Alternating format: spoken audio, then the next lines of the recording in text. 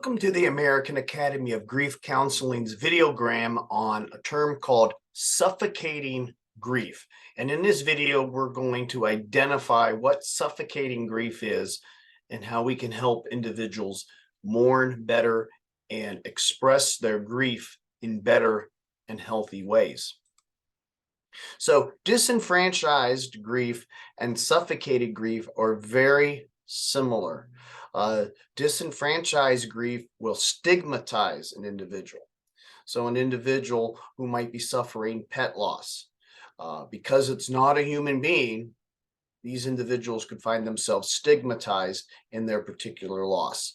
Others, victims of suicide, or those who might be in the LGBTQ community, who might experience the loss of a partner, might not be able to, in the open, express their love and mourning in front of others in a more meaningful way due to the stigma of other religious beliefs that are put upon them. So disenfranchised stigmatizes, but the term suffocated punishes. So it punishes or suffocates the expression of grief. And the public expression of grief is what we refer to as mourning. First coined by Michel Baudelaire is suffocated grief. And in this, mourning as a public display is punished, or other cultures, how they experience grief publicly, it is scrutinized and attempted to be maintained because it does not reach what the standard display of what quote unquote normal would be an expression of that particular grief. So we can see the main problems here with suffocated grief. It is preventing individuals from mourning in public in a healthy way because it doesn't apply to a certain cultural standard of the vicinity in which one is in regards to culture or even a particular place or facility. Now, suffocated grief can be experienced in healthcare facilities, in schools, or even at work. In healthcare facilities, sometimes mourning is a sign of disruption, a sign of chaos, and also defeat because someone has passed away. And seeing someone break down and cry in a healthcare facility because someone died, many are first pushed by the impulse of hushing someone, telling someone to keep it down, to be quiet, not to express it. This is not the place. Take this home. No one wants to see this because it represents something that many of us are afraid of. We're afraid of losing someone. So in healthcare facilities, many times the idea of keeping it down instead of allowing someone to cry and experience that raw moment of grief is taken away. Same thing with schools. Many children go to school very sad after a loss. And this is particularly pinpointed with minority children. Minority children are treated a little bit differently when they want to express their grief. It's seen more as disruptive. At work as well. After the funeral, employees are expected to perform like robots. They're supposed to perform their operations and complete what needs to be done, each task. There's not enough adequate bereavement time given in many jobs. Many, none at all. So the idea of expressing grief while on the job or allowing grief to manifest even unintentionally on the job is something that is automatically shunned as well. So healthcare professionals can help, mental health care professionals can help, and those within the business world, the teaching world can all help by understanding what suffocated grief is.